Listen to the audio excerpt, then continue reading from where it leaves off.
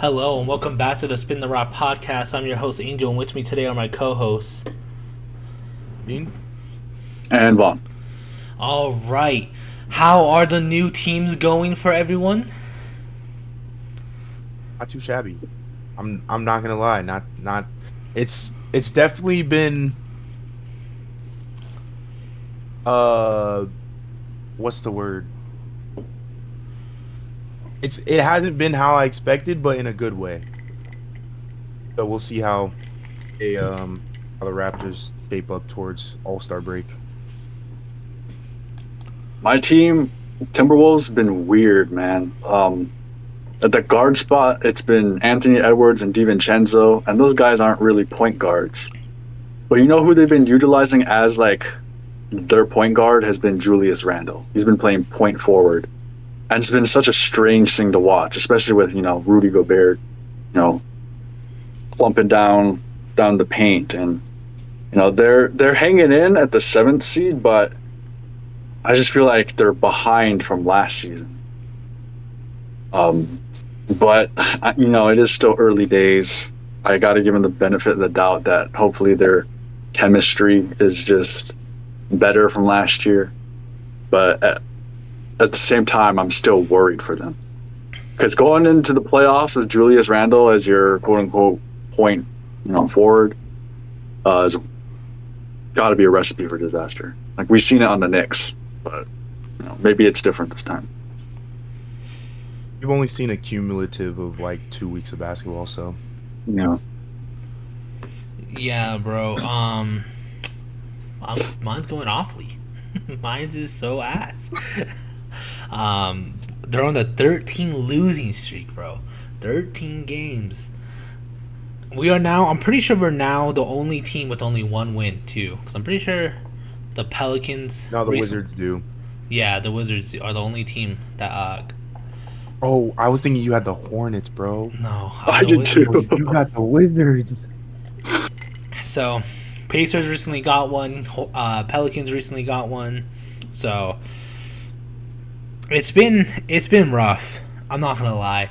The only bright side though is I didn't realize how good Alex Sarr is. Like Really?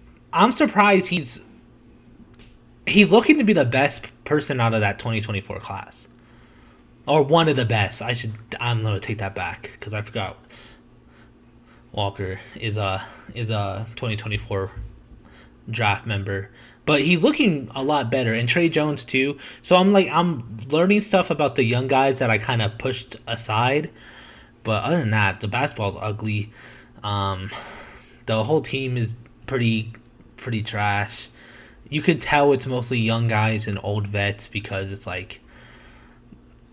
either like the old vets getting beat really badly on defense or the young guys making young guy mistakes.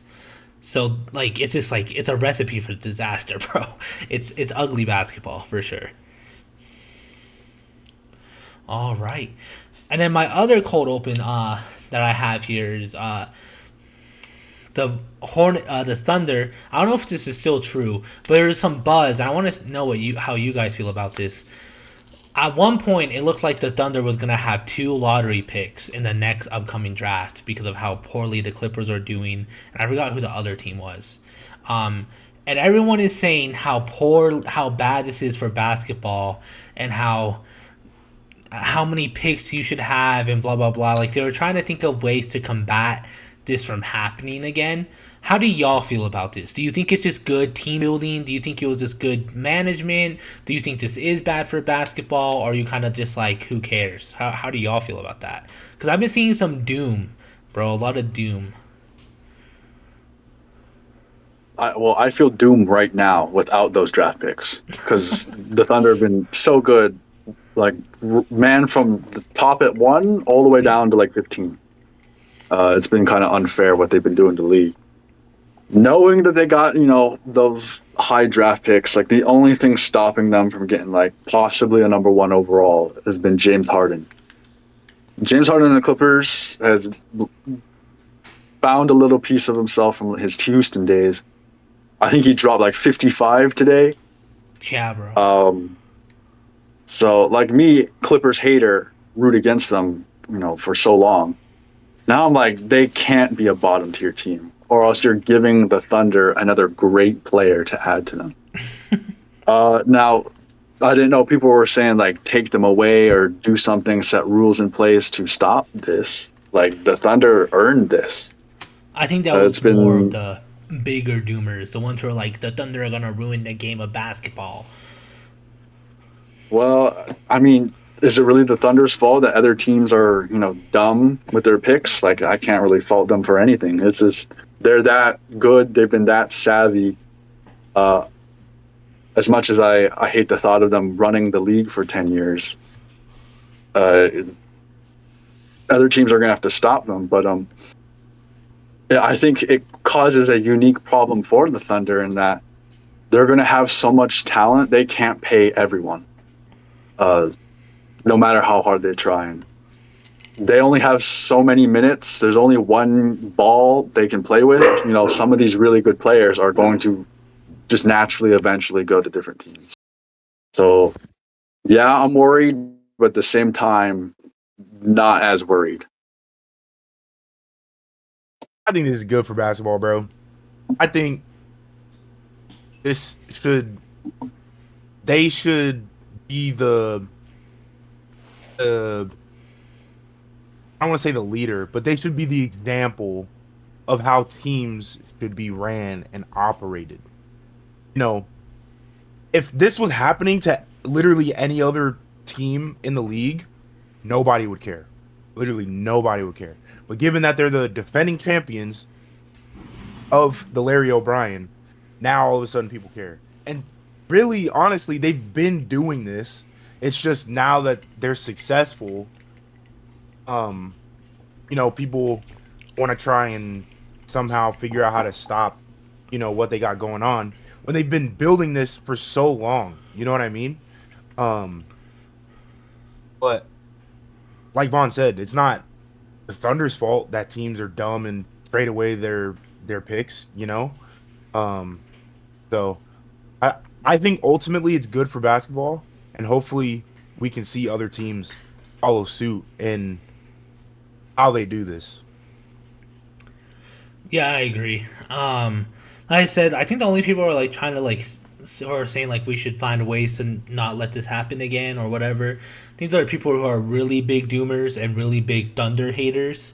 I think most people are just saying if if it plays out that way, the NBA is doomed. The Thunder be running everything for the next 3 years.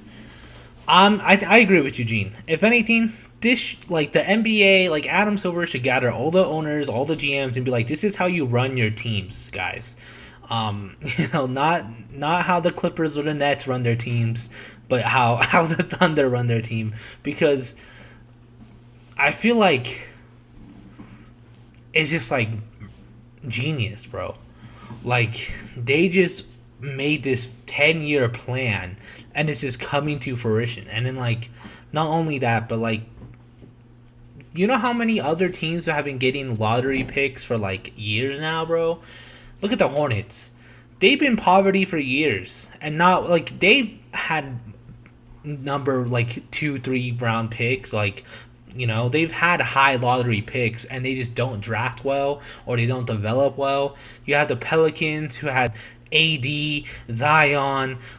They also had really good picks, and they just didn't do anything with those guys. So I feel yes, is it crazy that they might have 2 first-round picks with the potential of also being back-to-back champions to go along with it? That is insane. But at the same time, the Clippers made an awful trade. This is just the ramifications of teams blindly giving away draft picks instead of really thinking about, do we need to get this guy? Do we really need to throw so much at the wall for Paul George or anything else? So I just feel I don't know. I think it is good for the game of basketball because it's not very often we see a team rebuild so good. I think the last time was probably the Lakers when they got Kobe, and then the Celtics did it not too long ago. So just like it's very rare when teams pull off a rebuild this well. So I feel like Yeah, it's not the first time this has happened. It's probably the first time this has happened. this scenario. This Yeah, this scenario, particular scenario. yeah. Yeah. I don't think any team who was considered a championship contender would also have two first round picks in the same year. I don't think we've Right. seen that before. But I don't know. Also, too, like we've seen, you know, teams be built up through the draft. Not necessarily they're trading draft picks, but with the picks that they have, like the Warriors' whole roster essentially was built up with Curry, Draymond, Clay, and Mhm. all them boys. Traded for Iguodala, but you know, I think they drafted Harrison Barnes too. No, or am I Yeah, tripping? they did. Yeah. Yeah. So I mean, you could even look at it that super whole recently. Jordan Poole was a draft pick yeah by the Warriors. Like, yeah like that whole dynasty era literally was just draft picks that the Warriors had, not necessarily traded for. So I mean, it's really just good on the Thunder for planning ahead rather than trying to win now. yeah. All right. Well, we do have some news. Why don't we get into that? I'm gonna try to go in chronological order, but I don't know what happened first. So I'm gonna start with Sabonis being injured. I think he's out for 3 to 4 weeks. Right? Am I mistaken on that? Here, I'll pull it up. Damn near a month. That's all I know. Yeah, definitely a fat minute. How do y'all think this affects the Kings? How do y'all feel about him going down this early on in the season? There was no hope for them before him getting injured, and now it's just like, oh, they have to be going for the number one draft pick at this point because they threw out a horrendous starting lineup the other day and lost by 40 to the Grizzlies. It was Westbrook, Levine, DeRozan, Precious Achua, and Drew Eubanks. And if you're playing Drew Eubanks in the starting role, yeah, that's like it's over. Their season's over. They have to be trading as much of their roster as they can for draft picks because the rebuild should be starting today. It should have started yesterday, to be honest, after De'Aaron Fox was gone. But we're gonna have to see if the Kings are not blind. Just enough vision to see that it's time to wrap it up and move on because we've been kind of hanging on to the beam Sacramento Kings, but they're dead. And it sucks to say, but I don't know how anyone else could look at this. They've only lit the beam 3 times, bro. Like the beam team era is officially dead. It is over. And actually, at that, like they only have 3 wins, but I don't know which of those wins were at home. You know what I mean? So it's like, um, but yeah, I didn't realize they were playing as bad as they are. With all the talent, star power that they have, it doesn't seem like they can figure out a system on how to work all of that out. So again, like Vaughn said, it's time for a rebuild. It's been time for a rebuild. They have the pieces to trade away for picks. Like, let's not act like they don't. Like, they used to not, a few years ago. They didn't really have, pieces to trade away for draft picks, but bro, they got 4 star players that they could just throw to contending teams forever. Probably preferably the East for them. But trade away those picks or trade away those players for picks, start that rebuild. Maybe we can see another Thunder team in the making, bro. Knowing the Kings are the Knicks of the West, bro. The Kings will always be the Kings. They'll never win anything. Yeah, I sadly agree. I just think it's self inflicted too. It's been like bad decision after bad decision. Horrible pickup. Like, yeah, I think we talked about this fully, so I won't like dwell on it too much. But like, what made you think that DeRozan and Levine would work for your team? You know, like, what made you think that would help you? And then also just a lack of thinking ahead. Like, they went almost a half a season without a point guard last year, bro. Like, it's just like seems like they don't know what they're doing, and they're trying to like. It's almost like they pivoted to win now, but like they're doing it in such a like mind-numbingly way that like it just seems like they're picking up any all-star that's available instead of picking up guys who will actually elevate your team and fit the scheme you're going for. And it's like, how many players are they gonna fumble? Like they've just had so many good players in the past 5 years, maybe even maybe you could even say like 10, and it's just has been like nothing has come out of it, bro. The biggest achievement they have had in the past 10 years was taking the Warriors to Game 7 in the first round. And it's just like, you are finally there. You finally had a way to like build, you had something to build upon for the first time in forever. And they ended up just blowing up half the team. And now I think the only person really left there is, the young guys and Malik Monk and Sabonis. Just like, where do you go from here? I think rebuild, fire, sell, like it has to be the case, or else you're just going to be wasting everybody's time. Yeah, Sabonis and Monk definitely got to get out of there. Monk has spent entirely way too long there. I'm Sabonis, to be honest. Sabonis is He was he was the Tyrese trade, right? Halliburton. Yeah. Mm-hmm. Yeah, he's been there way entirely too long now. Where could they go? I'll take Malik Monk back, but Sabonis would be interesting. Bro, give Sabonis to the Nuggets. We need that European Sabonis connection. and Jokic, bro. We'll take him. Obviously, they gotta Might trade break him the to the league. East, bro. If they trade him to the West, I don't know what they're thinking. Bro, honestly, I was thinking like a Heat, bro, like Miami. That would be nice. Sabonis and Bam down in the paint, bro. It might go crazy. It would never Uh, lose a rebounding battle. Yeah. I don't know, bro. If you're fire selling though, I don't think they really have a say. That's Like, true. Yeah, that's true. and so I'll be interested to see where they go, but it's the Kings, bro. I'm also just I am not holding my breath. I hope they fire sale, but like, bro, will they? Who knows? Who knows? They were making moves in the off season. Like they picked up Westbrook. Like they clearly didn't expect this to be how their season went. All right.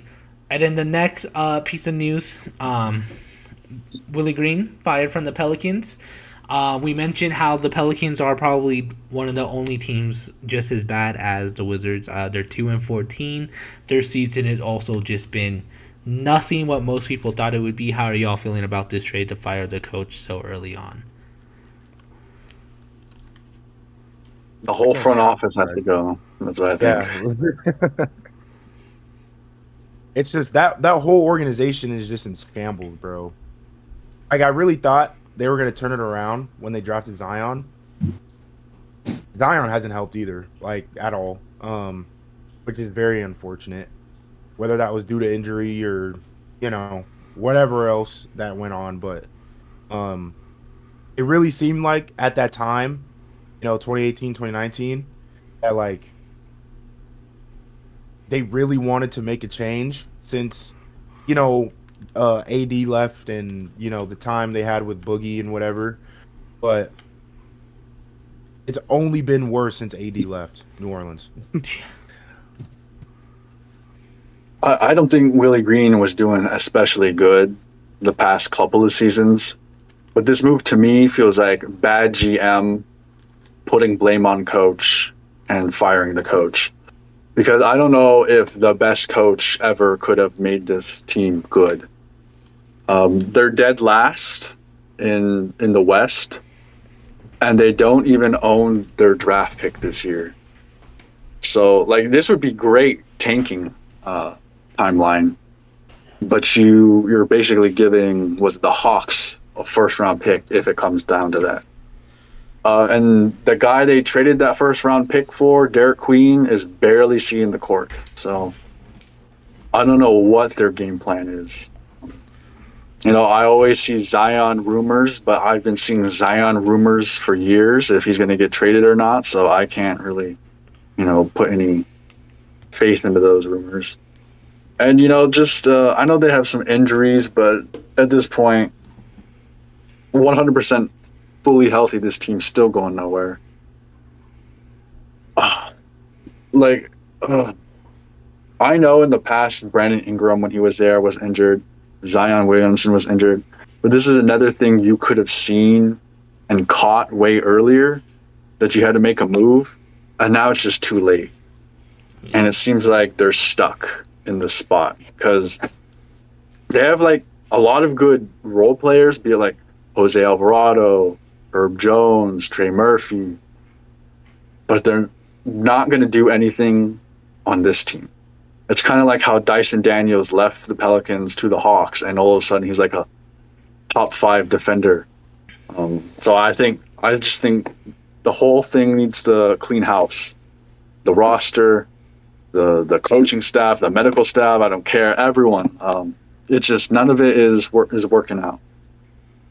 They got to relocate again, bro. Yeah, bro. You got to get out of New Orleans. I do have a question, though. Now that we're talking about this. So, obviously, for the better part of probably like 20, 30 years,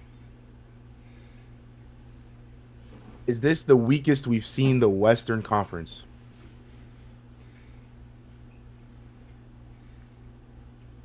The weakest? Probably in our lifetime. That's why I said 20 years. Because, like, the Trailblazers, they're better than they were, yes, but they're still not seen as a good team. You know what I mean? And they're sitting 9th right now. Like, borderline play-in. Oh, no, they're top of the play-in, actually. If the season were to end right now. But, like, bro, the Jazz, terrible. The Grizzlies, terrible. The Clippers, dog water. And then everyone else, Mavs, Kings, and Pelicans, are looking like poverty right now, you know? But then you go over to the East, the Hawks, mid. The Magic fell off, but the Magic are still seen as good. The Bulls started off crazy hot. And then the Bucks and Celtics are sitting at 500 right now, and they're 10 and 11.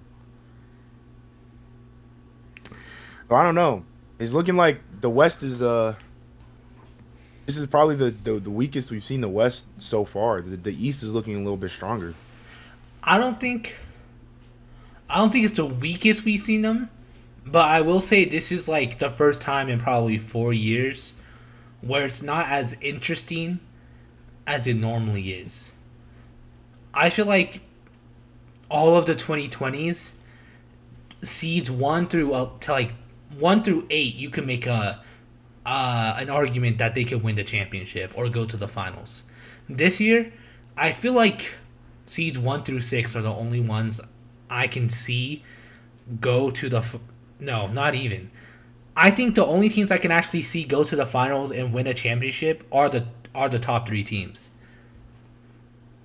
And I feel like that's the first time we've said that in a while. Because, like, last year it was seeds 1 through 8. Year before that it was seeds 1 through 8. Like, And then same with the East. Normally the East is so bad, bro. The East is so bad that, like, you can only see maybe 1 or 2 teams. Like, it's always either Celtics, Bucks, or Knicks. So I think, for once, I think it's leveled. I do think, though, a West team is going to win the chip this year. I honestly don't see anyone in the East winning it all. But I will say it's the first year in forever where I think the teams in the East are are just as bad, if not worse, than the East teams. I think I just part of think. it. Yeah, go Go ahead. ahead. Oh, I was just gonna say um, I, in terms of like team play, like how certain teams have been playing, it wasn't what I was expecting. Whether that was good or bad, like the Sixers, I thought they were gonna be bottom barrel. They're sitting middle of the pack as six. Hmm. Um, Obviously, definitely wasn't expecting the Pistons or Raptors to sit top two. Um, but just kind of like things like that, or like let's see on the West. I guess the Blazers. I mean, nobody was expecting Chauncey Billups to get arrested by the FBI, but didn't expect that turnaround. Didn't really expect the Rockets to be as good as they are right now, even with Kevin Durant. But um, I think a lot has just happened for me, team wise, where it's just kind of like unexpected. I think part of the issue is coming from scheduling. Because let's just assume all the West teams are better than East teams for the most part. The West are going to have a more difficult schedule because they're going against West teams more often than East. So that could be part of why the records look wonky right now. Because I don't think the Suns are a true sixth seed. I think they're going to sink at some point. And Timberwolves will Warriors, maybe they improve some. And I don't think the 10-6 Heat are as good as what their record says, or the 9-6 76ers. I think these are just because they have easier schedules early on, and that will level out. But if it doesn't, then yeah, I would agree that the West has been a little disappointing. Um, but at the same time, like I think the Jazz, they're a bad team. They're 5-10, and then the Bucks are 8-8. The Jazz have a good shot at beating the Bucks every night. Like I just saw Lauri Markkanen score 50 points the other night. It's just, I think part of it is scheduling, but at the same time, I think it's way more interesting if the West is a little weaker because like Angel said, I also agree. I don't think the East has a shot at winning the championship. And it's kind of bleeding over my perception of what the East playoffs is going to look like. Is that even going to be competitive? But if the West is just even a little weaker, maybe the East does have a shot after all. I don't know. I feel like right now it's just like I think it is disappointing, but I wouldn't say the weakest we've seen because I feel like there has been maybe weaker years. But I will say it's just like we've had our expectations so high with the West, bro. Like at one point last year, 5 teams could have been the first seed, bro. And the year before that, it was exactly the same. I think the year before that, the first seed came down to the end of the season, you know? And so I just think right now with the West, it's like the first time in maybe 10 years. No. Maybe the first time in the past 5 years that, like, it's obvious who the good teams are in the West are. And it's kind of obvious who's probably going to go to the Western Conference Finals, you know? Like it's either gonna be the Thunder, the Nuggets, or the Lakers. I think the Spurs can maybe get an upset, but I don't see the Spurs going to the finals. I don't see the Rockets going to the finals. I don't see the Suns going to the finals. Like so, I think it's just the first year where the West isn't as competitive. For the bottom teams in the West, I could say they are competitive for the first time in the sense they're competing for a lottery pick. Because at this point, like we've already harped on the Kings and the Pelicans, but to include the Mavericks, the Clippers, the Grizzlies, the Jazz, like those bottom teams have never been this bad, it feels like, in the West. So I think that is part of it, why it feels so different from previous years. True, the bad teams in the West are really bad this year. I mean, even in the East though, like we haven't seen the Pacers be this bad probably ever. At least not as long as I can remember. Celtics, obviously, the Bucks have been falling off, but um, Sixers. This is probably the worst the Sixers have looked in a while. Um, but yeah, I mean, I don't know. It's just weird because we're so used to the West like dominating. Um, so I just thought to bring that up while we were talking because it just kind of made me think. And speaking of the Mavs, um, once again, Anthony Davis is in trade rumors. Um, the season, like Eugene mentioned, probably the worst season we've seen in a long time. Um, Especially just, you know, way worse than they ended up being last year. They're just not performing at all. Anthony Davis is apparently, and the team's point of view, not necessarily him looking to be moved. If he does get moved, where would you guys like him to see? Where would you like him to go, and how do you feel about him being moved as well?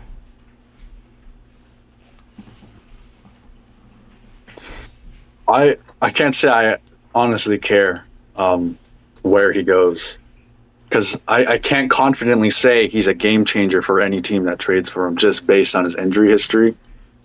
I think the one thing if he does get traded that will always annoy me is there will always be people saying, "Oh well, Nico Harrison's roster he put together never got their chance at a title."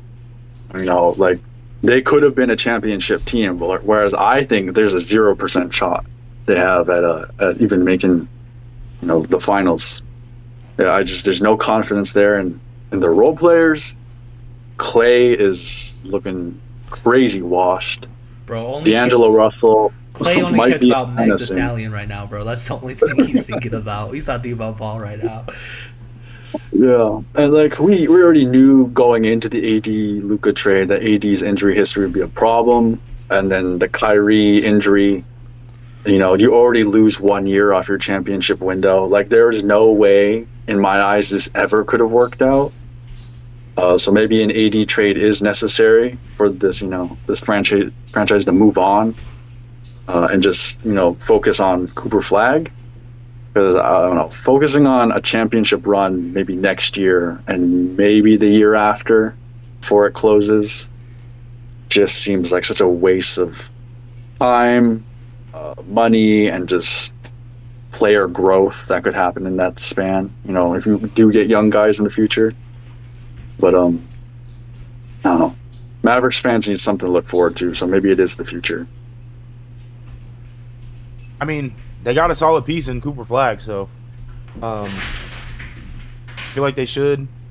Bro, all these bottom tier teams just need to blow it up. Like, obviously, Nico Harrison absolutely crushed Mavs fans when they traded Luca for Cooper essentially. But um,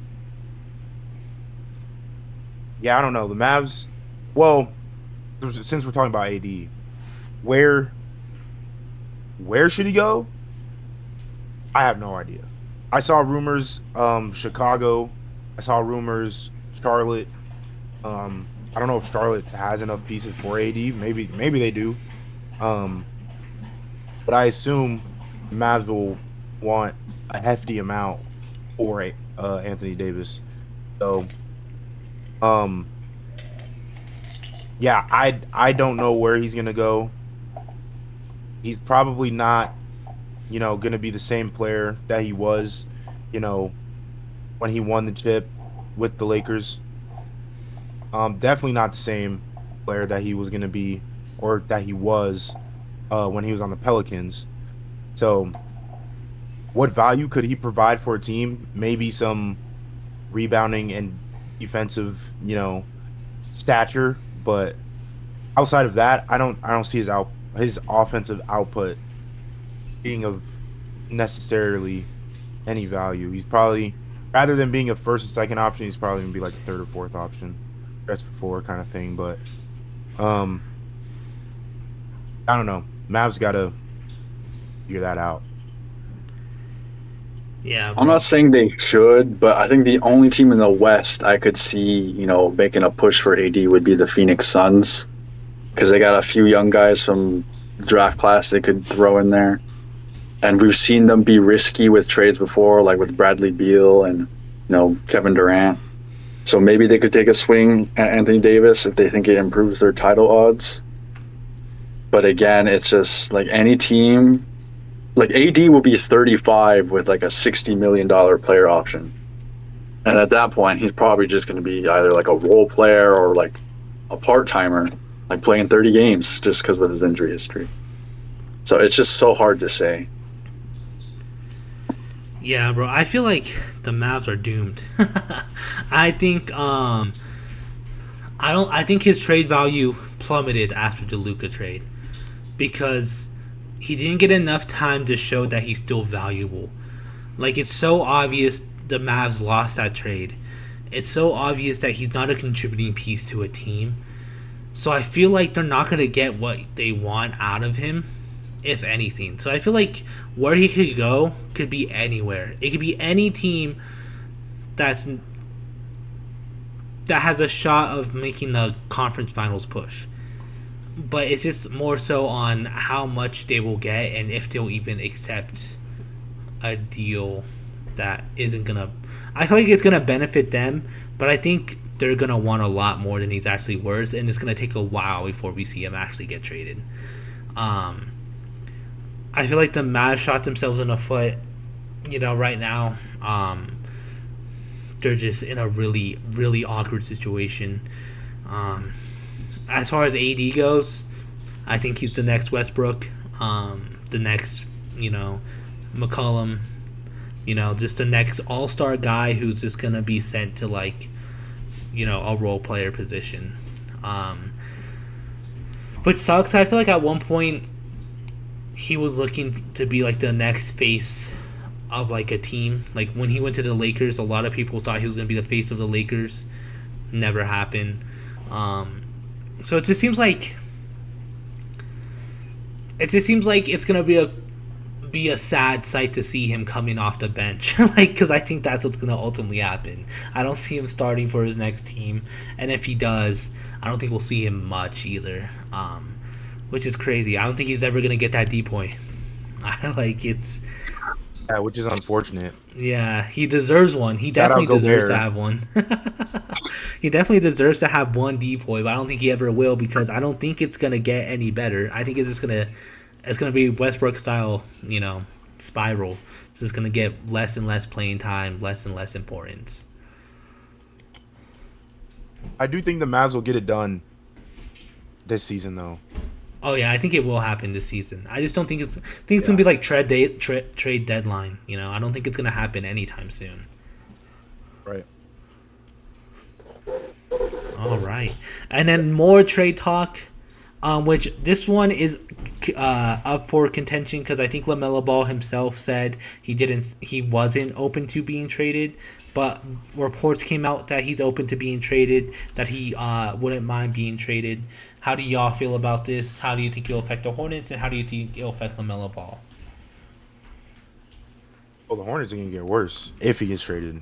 I don't At think they will. 100% facts, bro. 100% facts, bro. I mean, does he play a lot? No, but when he plays, he's good. You know what I mean? Yeah. Because like, also, who's there? Who's another playmaker on the Hornets? Trey Mann, but he's not nearly as good as LaMelo in that regard. Right. So it's like, should he leave? Yes. Like it's about time. He goes somewhere else. But bro, the Hornets are bad right now. They're 4-12. Well, they're gonna be like Wizards, unless Con Knipple, turns up. But I don't know, bro. I think it could be mutually beneficial in the long run. I don't know if it's a medical staff, issue where they can't keep LaMelo, in good health, or maybe it is a LaMelo issue. But maybe I think another team's medical staff should take a shot at it. and then maybe LaMelo just finds himself in a more winning environment. Defense has always kind of been an issue with him, like the effort on the end. And maybe if he has, some coach who stresses that more and turns him into more of a defensive, improved player, that would be nice to see. Just to go with that offensive talent we all know and the flashiness of it all. Like, he obviously can be a contributor. He just needs to stay healthy. And for the Hornets, I feel like they could transition to their number one guy being like a Brandon Miller. And, Con Knuppel is a young piece that's looking bright for them. So I think they should be just looking more towards the future, because how many years of mediocre Hornets basketball we're going to watch with LaMelo Ball at the helm? Like, they're not helping each other out here. I would like to see a trade of some sort. Now, I can't say the Hornets in the league would win the trade, but I think just for their long-term health, they got to make it. Bro, I think this will benefit the Hornets more than LaMelo Ball, not going to lie. I feel like he will be, if he does get traded, it will be a lot more winning environment, bro. Like, don't get me wrong, the Hornets are ass. So if he gets traded... they weren't winning with him on the team. Like, with him getting traded, he is going to see a lot more wins. He is going to see a much better team around him. But I feel like his injuries, like, I'm not too sure if it is the medical staff, bro, because that man is injured so much. He's injured so randomly. Like, I think it is a LaMelo issue after watching 2 seasons of the Hornets. I feel like it will benefit them more than him. I will say the Hornets didn't do a good job with him, though. And I think that's what makes me worried, is that they are going to trade him. They might get some solid pieces out of it, and they're just not going to do anything like they have been for the past, 4 or 5 years he's been in the league. But I feel like it will benefit the Hornets more just because they can get pieces. They can have a lot more pieces. They can restart. I feel like they need to just hit the restart button. Let Knuppel, Miller, whoever they pick up in the draft the next 3 years, take the helm. And I think it will still be good for LaMelo. Like, don't get me wrong, I think LaMelo is definitely going to benefit a lot. He's going to be on a winning environment. He's going to have better players around him. He's going to be able to utilize that playmaking a lot better, because there have been times where he makes some amazing play and then the guy on the other end, fucks it, basically, is the only word that's coming to my mind. But at the same time, I feel like, bro, they're not going to get any worse because he never plays. I swear, I mean this wholeheartedly. If he was fully healthy this season, they would have maybe 2 more wins. If Bro, even. Be honest, bro. If you're LaMelo Ball and you're playing in Charlotte for the Hornets, bro, are you gonna want to play either? No. That's what I'm saying, bro. Literally any other team, maybe outside, like, I don't know, Indiana or like Washington, he will probably thrive there. Only because any other situation is better than the current one he's in. Like, they drafted him, and everyone thought they were going to build around him. They somewhat sort of did, but then they still had Gordon Hayward, I think, back then. Yeah, Gordon Hayward and Terry Rozier. Right, which is kind of like, you're not doing anything with that. Yeah. And then they still traded and got fleeced. So it was like, I don't know.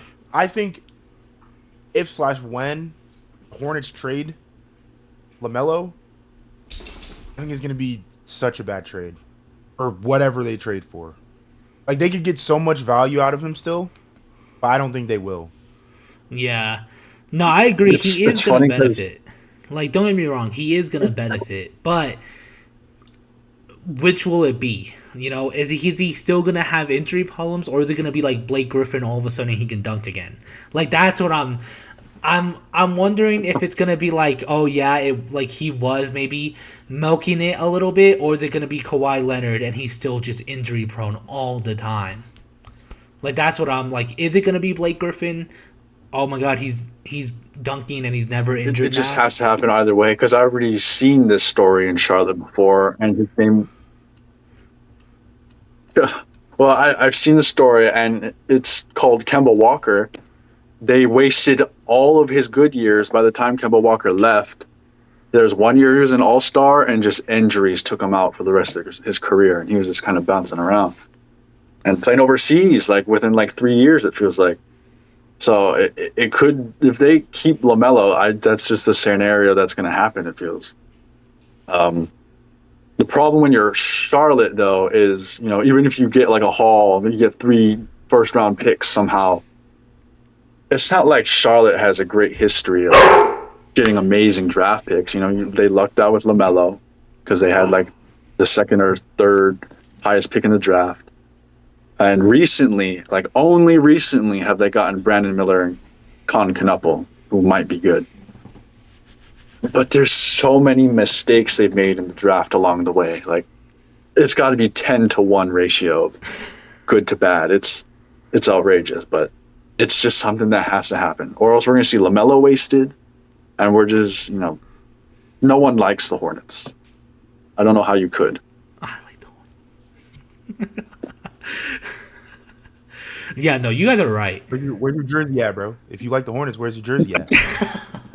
Let me get a LaMelo Ball one before he leaves.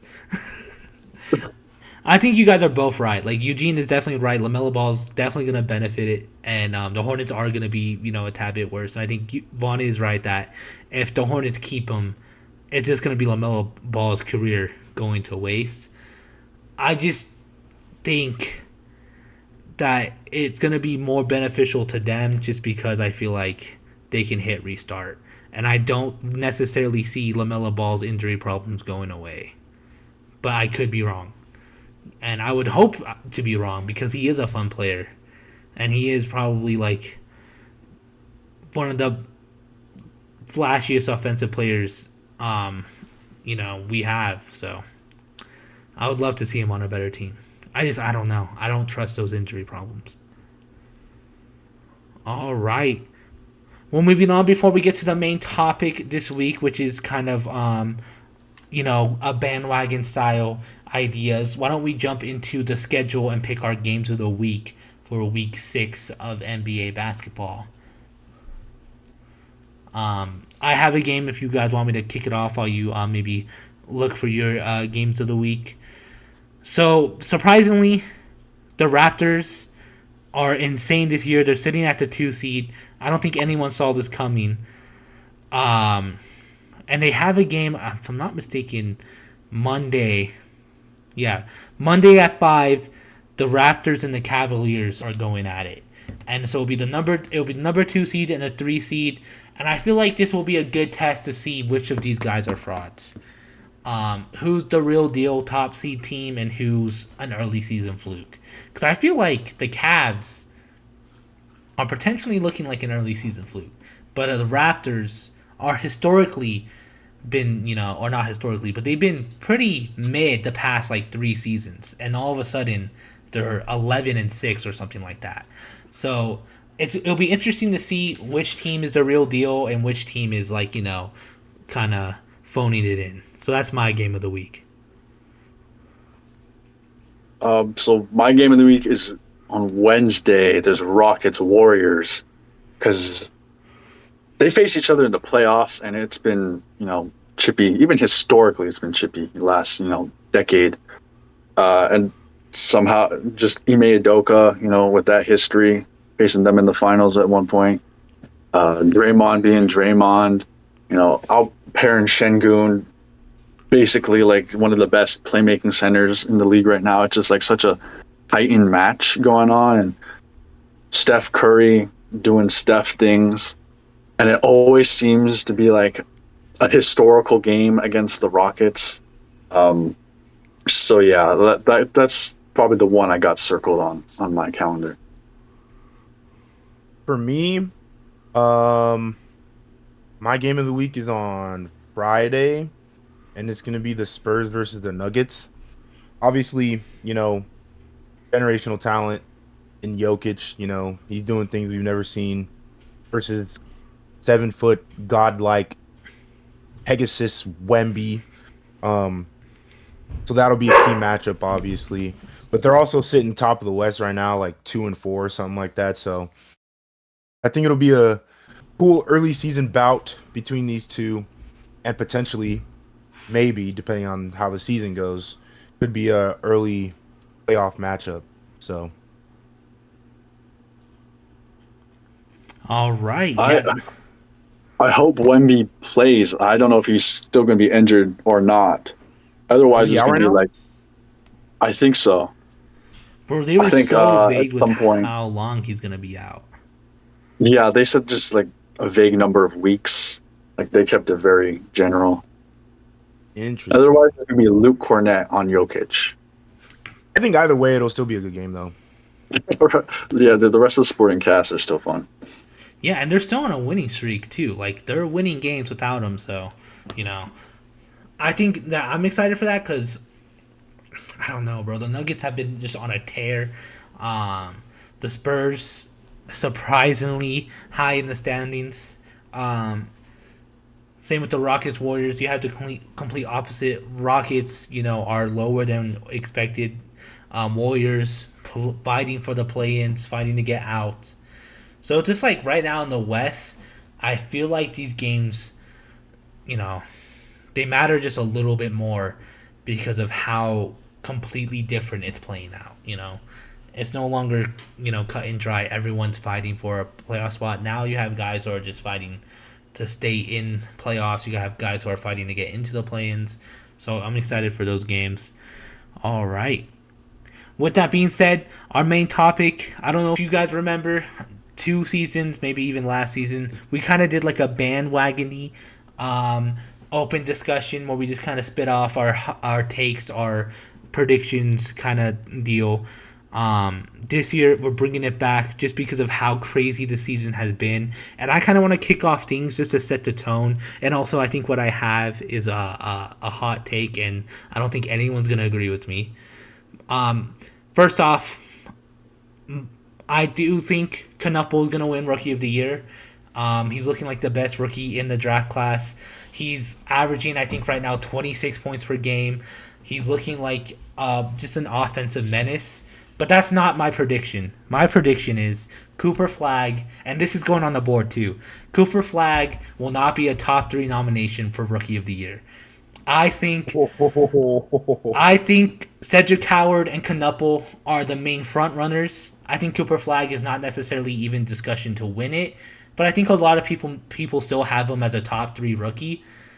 I think he will eventually fall out of that, and it's not even his fault. I think the Mavs are using him wrong. The Mavs are playing him so poorly. And the supporting cast around him is also super ass as well. But I also just think and I'm not saying I thought this, and I'm not saying he should be, but a lot of people were like, he's the next face of the league. He's the next big thing. He's gonna win it hands down. He was the number 1 pick, and he hasn't lived up to those expectations, which again were a little too high to begin with, which kind of always happens. But I think he's eventually gonna get knocked out of the top 3 nominations, just because I think there's 4 rookies or 3 rookies just as good at him, and a 4th rookie who's supposed to be in the race. The 3 rookies I think that are just as good as him is Edgecombe. Even though he's come back to earth a little bit, he is still pretty solid for a rookie. And then I feel like these guys aren't getting talked about enough because they recently exploded. And it's both Pelicans rookies. Derek Queen, the last 3 games, has looked insane. He's looking like what everyone thought he would be before Summer League. Summer League kind of ruined their perception of him. But before the draft, they were saying he was the next big man, the next one up. And then Jeremiah Fears is also looking really insane. So I think those 3 guys are just as good as Cooper Flag, if not can potentially be better. And then there's also Ace Bailey, who I think is this year the Scoot Henderson of the draft. I think Scoot Henderson, every single week, all the way up until the season ended, people thought Scoot Henderson will eventually find his footing. People thought Scoot Henderson was eventually going to be the rookie we thought he would be. I think Ace Bailey is at this year, where people think he's eventually going to find his footing. He's eventually going to be the guy we thought he would be. It just hasn't happened. So I think there's 4 guys who can knock out Cooper Flag in that nomination, just because I think it's Knuppel and Coward for sure are in the race, and I think Cooper Flag, isn't as good as people thought he would be, and I'm kind of down on him as well. And it's not entirely his fault, but yeah, that's my prediction, and I'm putting it on the board. Cooper Flag will not be a top 3 nomination for Rookie of the Year.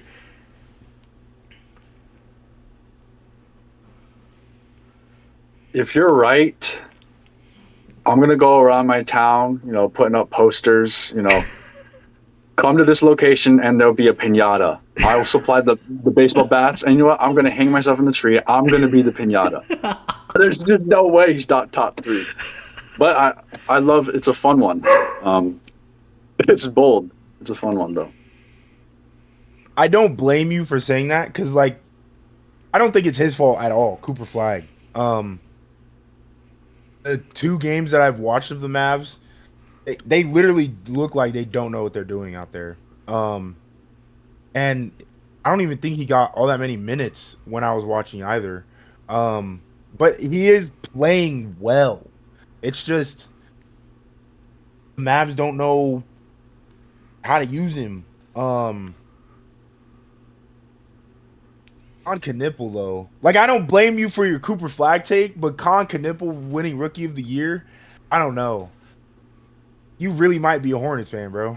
I think he's actually solid. I didn't think that would be the one you were hung up on, to be honest.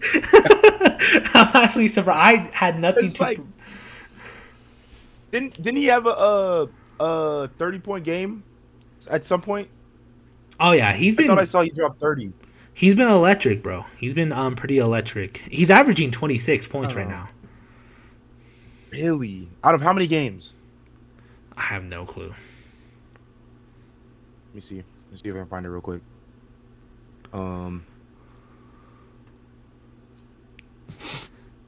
Speaking of the Hornets, they just lost today. Yeah, he scored 26 today. That's crazy, bro. Okay. I look up roster. Where's his stats? It might be stats. Let's do stats. Con Knuppel has played 15 games. He's averaging 19, not 26. I don't know. It must have been a short span then that I saw. Yeah. I mean, but still, 20 points, that's pretty good for a rookie. Yeah. And who was the other guy you said? Oh, Cowards? Cedric Coward for the Grizzlies? Oh, yeah, I'm not watching Grizzlies. I mean, I'm not watching Hornets either, but... I don't think anyone's watching Grizzlies, to be fair. Yeah, so Cedric Coward... Yeah, I don't... If I'm not mistaken, he's averaging more in the realm of 15, but he's been more of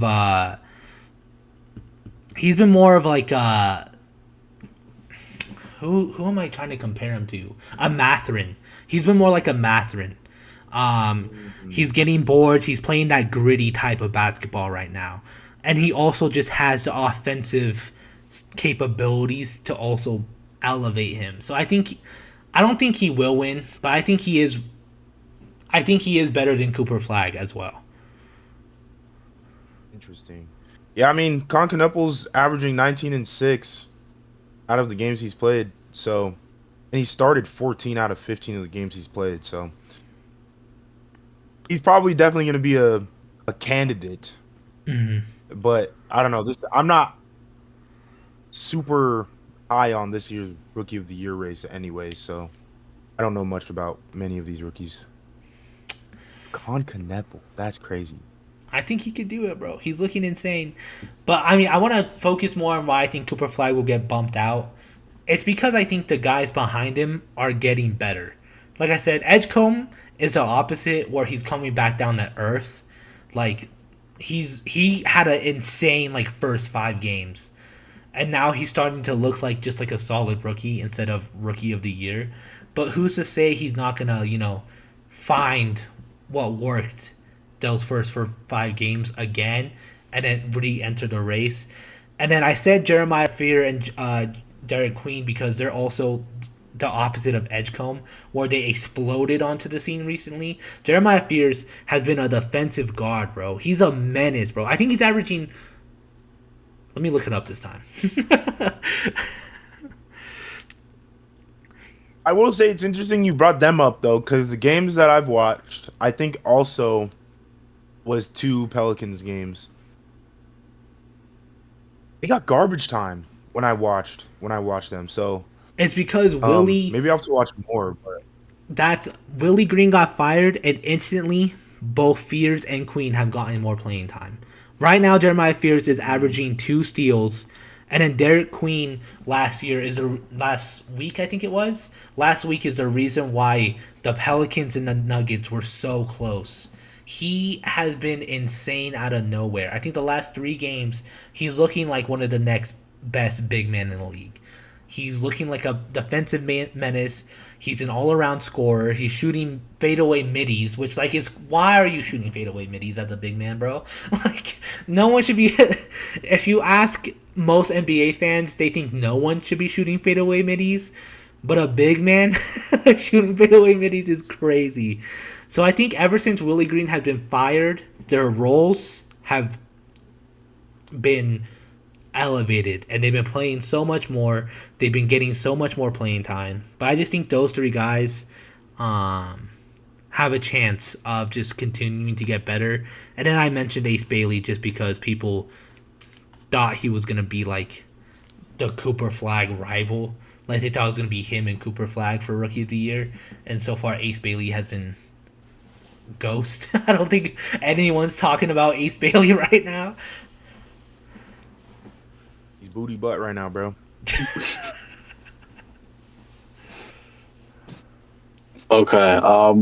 So my take is Cade Cunningham is a guaranteed second All NBA team or better, and the reason he's not a guaranteed first is because Luka Doncic and SGA are alive.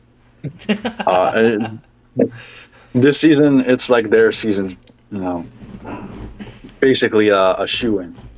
Cade Cunningham, if he does get first team, maybe like they get an injury. But Cade Cunningham has been so good. Like, they should not be this high up in the East. I don't know if they're going to come back down. And it feels like they won't, only because Cade Cunningham has been, an engine for a Pistons team that has had, like, key injuries in the season so far. Like, the Wizards almost beat the Pistons team. But Cade Cunningham was there to stop it. Like, it doesn't matter if he's scoring like a 40-point game, or he's getting 10 assists, or he's playing key defense in certain situations. He's everything you want out of your star player.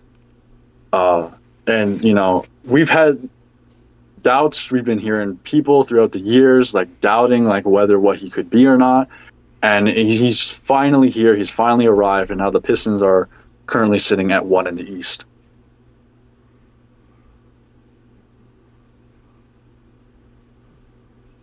I mean, it kind of goes into my prediction.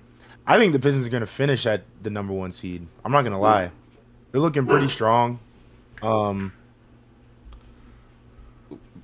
Literally, like Vaughn said, Cade is and has been their driving force since he's been drafted. I'm glad to see that things are finally working out for him. Not necessarily the Pistons, because like fuck Detroit, but he's averaging 27 points and 10 assists, literally a double-double. So he's doing everything that he can for his team, and then not to mention, obviously, they still got Jalen Duren and Isaiah Stewart, on the boards and playing defense and things like that.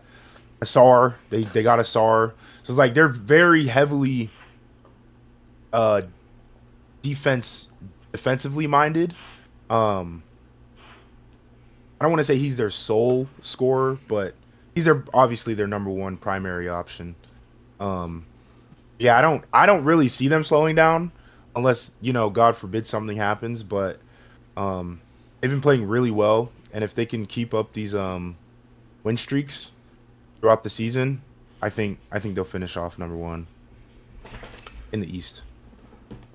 Damn, bro. Yeah, I mean, they've only lost twice so far. Like, they're on a 10-game win streak, I think. Oh, 11 game win streak. So like That means even they with like started the what 1-2. yeah, basically. And That's crazy. we've talked about the East teams, really bad at some points. Like the Cavs should be better, but they're not. The Knicks should be better, and they're not. And there's teams like the Pistons who are going to capitalize on them. I don't know if it's lazy effort or what, but the Pistons actually look hungry, hungry like the Cavs looked 2 years ago, hungry like the Knicks looked, three when Jalen Brunson first arrived. Um, and now even the Raptors look like that hungry team too. So I just think the mentality is good there. Uh, and I know Cade has been wanting to play competitive basketball his entire Detroit career. Like he looked like he was on the verge of tears at a post game presser at one point, talking about how bad they lost. So there's no way he's gonna let anything take that away from him at this point.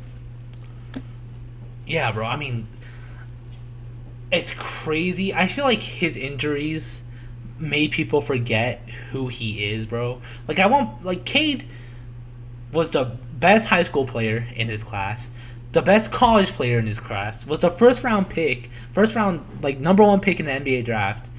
And then he got injured. The Pistons were historically awful, and I think people just forgot that Cade Cunningham is literally him, bro. Like this man is insane. I think people forgot how talented the rest of the team is. Like Thompson, Thompson twin, really good. Duran, really good. I just feel like no one expected this when they lost Malik Beasley. I honestly was like, bro, they're doomed. Like I was like, there goes one of the guys who like made your team way better. He just was looking like one of the best 3-point shooters in the league last year. And then they got all those pieces to try to recover that 3-point shooting. And I think I said on the podcast, I don't know if you guys agreed, I said it wouldn't be enough. Bro, I was wrong. Duncan Robinson is getting playing time and he's doing well, bro. Like, what were the Heat doing, bro? It made it look like the Heat were dumbasses, bro. Because the entire time when he wasn't getting playing time, I was like, what is he doing wrong? Maybe he's not as good as we think he is. But then he gets on the Pistons and he's doing well. Tobias Harris is doing well. Cade Cunningham is averaging 10 assists for a reason, bro. It's like he sets them up, but I think it's the first time in his career where like he can set them up and they can finish. And it's just like he's gonna be an all-star. He has a chance at all NBA team, and it looks like they're gonna go to the Eastern Conference Finals. Because I don't think any team in the East are just as good or better than the Pistons right now, bro. Just from early season bias. Like maybe they could come back down to earth. It wouldn't be the first time we've seen a team like this come back down to earth. But it looks like right now they're the team to beat in the East, and they're not slowing down. Like Juan said, they're on an 11-game winning streak, and Yeah. Cade is like averaging like 27 points, like Eugene said. Like that's crazy. Like this is insane production from a team who were giving away free wings if they won a game 2 years ago. Like it's insane the turnaround. And it like honestly, this win streak could extend very long, like very long. Like the teams that they're playing against are all either bottom tier or like mid tier. They play the Bucks 3 times. They play the Blazers twice. The Clippers, the Hornets, the Mavs. Like these are winnable games. They'll probably lose against the Bucks once, but the win streak could last for another at least 5 games, and then that's when we're gonna start talking about longest win streak ever. Yeah.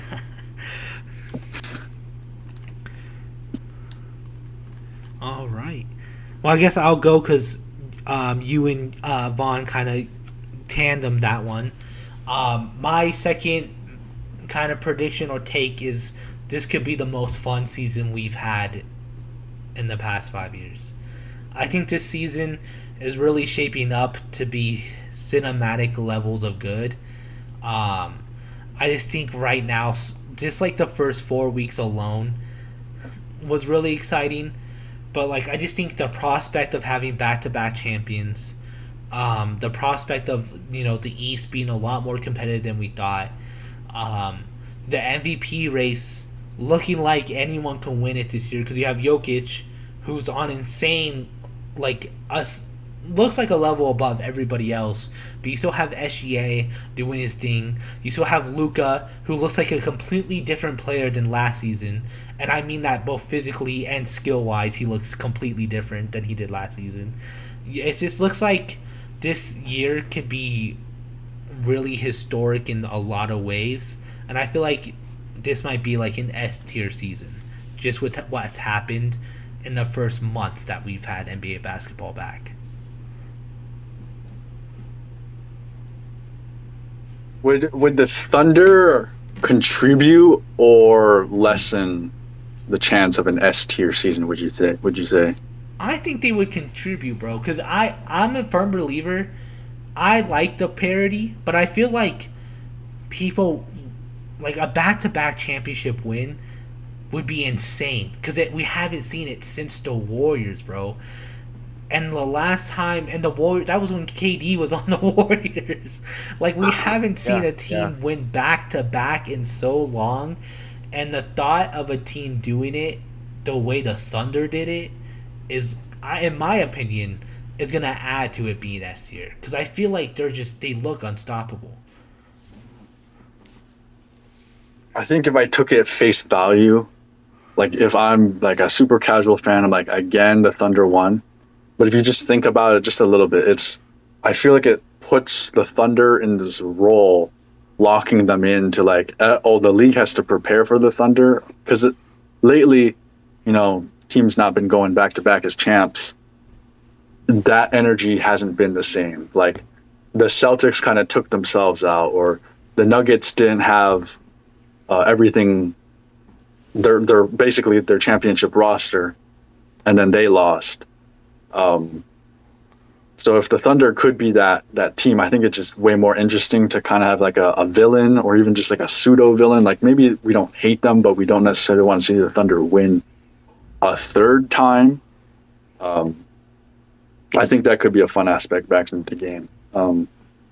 Because parody, like you said, is fun because it's the question marks, the mystery box of it all. But at the same time, it's been a long time since we had like a true villain of a team. And honestly, the Thunder will never be a villain to me, bro. I've been waiting for this all my life. All my life, I've been waiting for this, bro. I might not be a direct Thunder fan, but I will forever be a secondary Thunder fan, bro. Because this should have happened like 10 years ago. Oh, yeah, yeah. So And like, the fact that it's happening now, I'm relishing it. yeah, like years, like when we first started the podcast, we were saying like, oh, the Thunder are going to be good. They'll be good. We say that every single year. And now we're here at a championship, like way sooner, I think, than we pictured. It's very strange. Like I can't hate them either, but I think it would be fun to have that team again. Yeah, I think it's good, bro. I think it's good that the fact that like granted, is the hate a little like the like foul merchant and stuff like that? Is that overdone? Yes. But when was the last time, bro, you talked to a casual NBA fan and they hated a team for no reason, bro? Like we haven't had that since probably the Heat days when you would talk to someone about the Miami Heat and they'd be like, I hate LeBron, I hate D Wade, and you'd be like, why? I just hate them. They're so annoying. They flop. And you're like, well, I mean, they don't, like, when was the last time we heard that type of like delusion, bro? Now, if I'm in my like during my off like my breaks in the office, I talk about the Thunder and all the casual NBA fans. Oh, SGA foul merchant, like he can't win a game without fouling. Like the blind hatred for this team kind of shows you that we're kind of in the goated era of basketball right now, bro. Because anytime there's a blind hatred for a team, basketball was good, bro. Whether it was the Heat, Showtime Lakers, like, the Warriors, blind hatred for the Warriors. It's just like it's nice to have a villain, and it's nice to have people just root against a team that's obviously levels above everyone else, but still be hated against with intensity.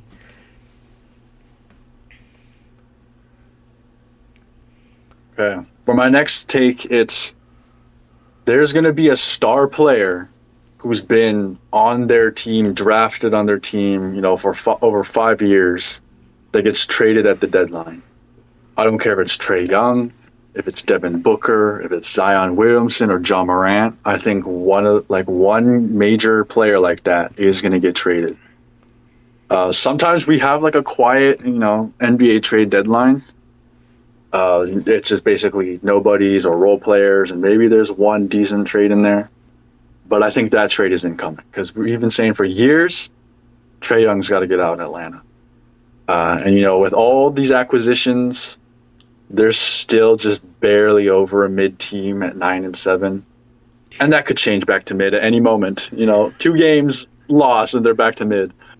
And I feel like he's got to be sick of it. I feel like the front office has done what they can, and maybe it's time to move on. Maybe Devin Booker, as much as he wants to be there, maybe the Suns are like, we can't do anything. We've been saying Zion, as much as the public wants to make you think Ja might get traded, I'm not sure if he will, but I'm just going to include him anyways. But yeah, something is incoming. I just can't tell you which.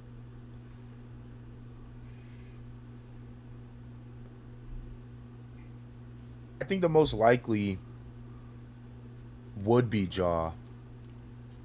I feel like only because like he visibly does not want to be there. Yeah, bro. He doesn't want to play there. We've all seen his press conferences and like locker room press or whatever. And it's just like he does not want to be there. So like if Ja got traded at the deadline, I obviously it would be a shock, but I wouldn't necessarily be surprised. Same with Trey Young, I feel like it would be a shock. I think it'd be more of a shock than a surprise actually. Cuz like we've been saying on the pod like he needs to get out of there too. Devin Booker would be both. Because like I see him as like a forever Sun. So it's like if he's not in Phoenix, where is he gonna go? Yeah. But I don't hate the prediction. You'll probably see it. Hey, maybe even Giannis, bro. Yeah, I was gonna mention Giannis, bro. He was supposed to be quote unquote traded in the off season. I feel like no way that want to be traded or idea of asking for a trade went away with them being worse than last year. Like, they're worse than they were last year. His him being the only reason why they win games is way more prevalent than it's ever been. Like, that man is literally doing everything he can to win basketball games, and we're only 6 weeks in. He can't do that all year long. So no way is that desire or a thought in his head of being traded. No way is it no longer there. If anything, it's probably getting amplified. And next thing we know, breaking news: Giannis is traded suddenly in the middle of or early February, late January. Like it's gonna. I feel like that's definitely a possibility. I feel like I think the prediction most likely will happen. Who exactly? I feel like right now the top 3 contenders to be traded is Zion, Ja, and Giannis, bro. I think those 3 guys are the most likely to be traded. Zion because What about an Embiid? Oh, that's true. I didn't even think of Embiid. Mm-hmm. Because he's not happy either. He's been talking about how he hates Yeah, the he limited hates minutes. He's been like talking about how he hates how he's only playing 20 minutes a game sitting out. Like he's which like, yeah, bro, Embiid, that's crazy. Like I could in the East, I could see like a Darius Garland, just to mix up their roster because they've been repeating the same thing over and over. The Heat, Tyler Hero could be a trade piece. Bam Adebayo could be a trade piece if they ever decide to do anything like they haven't in the past 4 years. It feels like. Um, but yeah, there's a lot of great options. I think that's just why I wanted to put it out there. I kind of just want to see it though. Like as a fan, I kind of just like the mix up. Like yeah, I love the loyalty. I think it's a better story if Devin Booker, spends his career there as a lifer. But at the same time, I'm just not confident the Suns will ever return to the finals at this point. Um, yeah, just as a fan of the league, I think we're in a unique position where there is so much player movement, and I think I've just been spoiled by it by this point.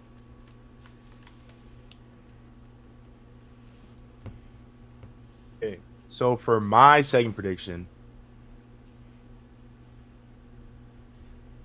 I think that the Thunder will be a 70-win team this season. They finished off less than 60 last season. They went 57-25. But with the way that they're playing, and mind you, yes, sure, they lost to the Blazers, game-winning shot. If it wasn't for that, they'd be undefeated still. Yeah, true. So with the way that they are playing and have been playing since the start of the season, obviously they're probably not slowing down. Probably even with an injury or two, I think they could still sustain the level of play that they're playing at right now. I feel like they'll win 70 at least. At least. They'll definitely win over 60. But bro, I think 70 is on the horizon. We might be talking about greatest team ever conversation. Greatest team ever. Bro, 73-9 is on the horizon, bro. Bro, I'm going to say something that's only going to help your case. Jalen Williams hasn't even played this season, bro. Jalen Williams hasn't even played this season. I feel I didn't like, even know he was out. I'm not gonna lie. bro, exactly. Nobody knows that he's out, bro. The only reason why I know he's out is because I saw a clip of him interrupting an interview in street clothes. That's the only reason why I know he's out. Like I didn't know that until like 2 weeks ago. He still hasn't played. I don't even know when he's coming back. I haven't done my research on his injury at all. But that's crazy to me that they have only lost one game by a buzzer beater, mind you, and they're missing their 1A or 1B. They're missing yeah. they're missing Robin, who's basically Batman and Batman sometimes, but they're missing their Robin, bro. And they're still winning games and at times with ease, bro. It's crazy, and I'm not saying it will happen, but I'm just saying that because if people think he's crazy, that only helps your case, bro. That only makes your argument even stronger. Like, bro, listen to the score deficit or score advantages since they lost to the Blazers. Kings, they won by 30. Grizzlies, they won by 14. Thunder or the Warriors, they won by what is that, 14? They won against the Lakers by 30. The Hornets by 13, if I did my math right. The Pelicans by 13 as well. And the Kings again by 20 something. And then they just beat they beat the brakes off the Jazz. 144 to 112, bro. Damn. No Walker Kessler, bro. And I was trying to think up of a defense against the case, but there's nothing to indicate you're wrong. Like, I'm like, maybe they'll get tired. No, I watched them go double overtime games like 2 nights in a row, back to back, and they won both of them. Uh, Obviously Jalen Williams been out, but then they have role player of the week. He's going to explode for 30 points all of a sudden, and it could be anyone on their roster to do it. And that one Trailblazers game they lost, that's just like the NBA gods taking their tax. Like those games just happen, and one game out of like 17 that happens, like yeah, they're just going to hit that 70 win benchmark. It's just inevitable. I could feel it coming. So that's a good one. Bro, I think we're flirting with destiny, bro. I think we're flirting with history. We just saw 73-9. Like, was that even 10 years ago? I think it was exactly 10 years ago, like 2015-16 season. Yeah, bro, that's crazy. So it's like to see that, because again, before that, 72-10 happened in like the 90s. You know what I mean? So like to not even happen, or I guess yeah, to not even happen, or to happen within the same decade, to beat that would be insane. Yeah, bro. And the only cherry on top is if they win back to back. Yeah, because I think didn't those Warriors lose They lost. That was the 3-1? Yeah. 3-1 comeback. Yeah. 3-1 comeback, bro. If they could do that and win a championship, bro, forget 96 Bulls versus Greatest team ever 16 assembled. Warriors. No, bro. This is the greatest team ever, bro. 96 Bulls versus 25-26 Thunder, bro. That's the new what if. Oh, and I could already hear like NBA Twitter and ESPN just formulating the storylines. Like they've probably got it in the background ready to go too. Bro, Draymond, if that happens, Draymond will be livid, bro. Draymond would be in disgust. That man is the ultimate hater. All right. Any honorable mentions before we wrap it up?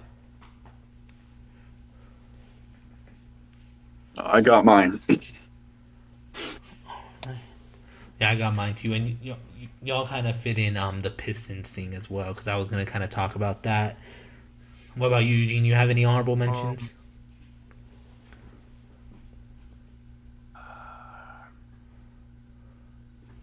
I'll just throw it out there. We don't have to talk about it, but I'll say the Pelicans will finish off as the worst team in the league this season. Not the Wizards. Not the Wizards. Let's go. Let's go. Yeah, I mean, I wouldn't be surprised, bro. Especially if they do rebuild, like people are like pleading with them to do. Like it could happen, bro. They're only one game. It was just better. like everything we were saying, like while we were talking about them, I was like, bro, like this team is so bad. I wouldn't be surprised if that actually happens, but it's just something to throw out there. Yeah, it's like a curse for New Orleans sports down there. Like every time I think they could be good, it just everything is erased. There's nothing you can do. Yeah, bro, it's rough. I mean, hasn't I guess Anthony Davis years. Yeah, New Orleans is this, one of like the face of a poverty franchise at this point, bro. All right. Well, that's what we're gonna call it here then.